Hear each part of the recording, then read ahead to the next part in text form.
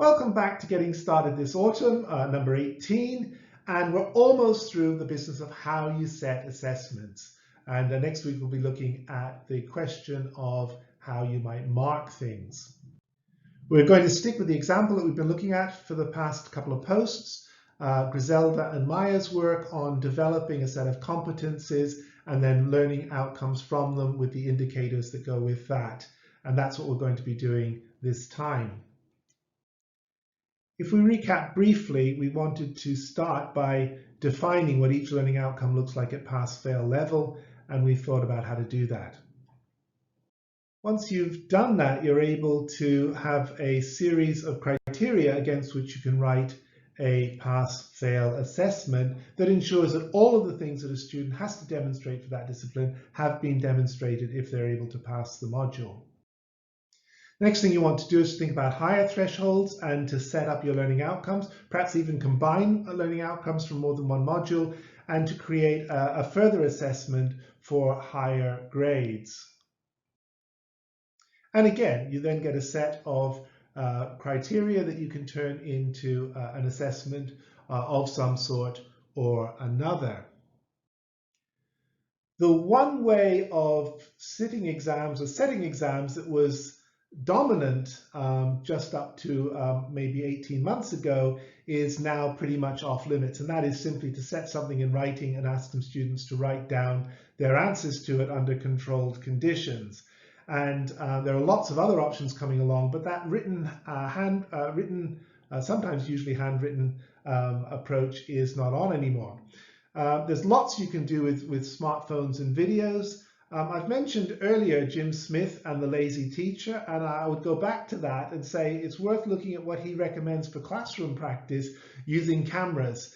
Very prescient, some of what he's written, but there's lots of ways in which you can use that in assessments too. And I've given an example here, asking students to plan and deliver an examination of a patient and to comment on a video of the event. And you could actually have the two bits done by different people. So one bit might be the way that the student does it themselves and they're assessed on that. And another bit might be a way that the student assesses somebody else having viewed their approach, and they might be assessed on that as well. There's lots of creative things that you could do. Online textual is increasingly prevalent at Brunel. I'm really grateful. The department I was in really trialed this stuff quite early. And so while my experiences are perhaps of some of the very immature approaches, a little bit more clunky than normal, we already got used to a lot of the issues and surmounted a lot of the problems that go with actually having students type directly in for their assessments. And there could even be audio ways of doing it. Clearly in some of the arts sectors, you would naturally gravitate towards an audio solution, but there are ways in which audio solutions can be used to assess other forms of learning too.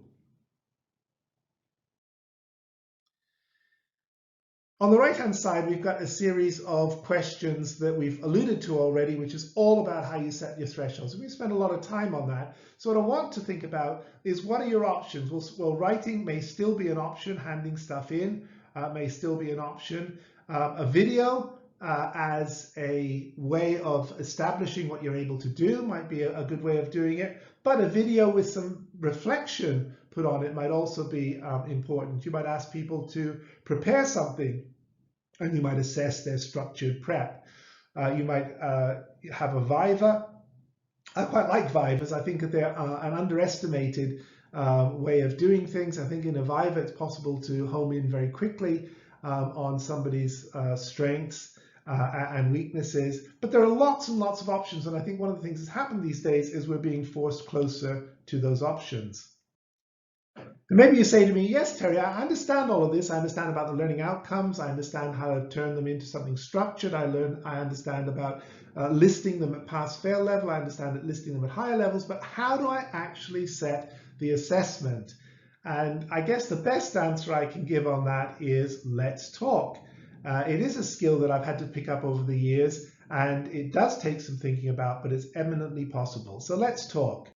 If you want to talk, here are some ways that you might do it. Enjoy.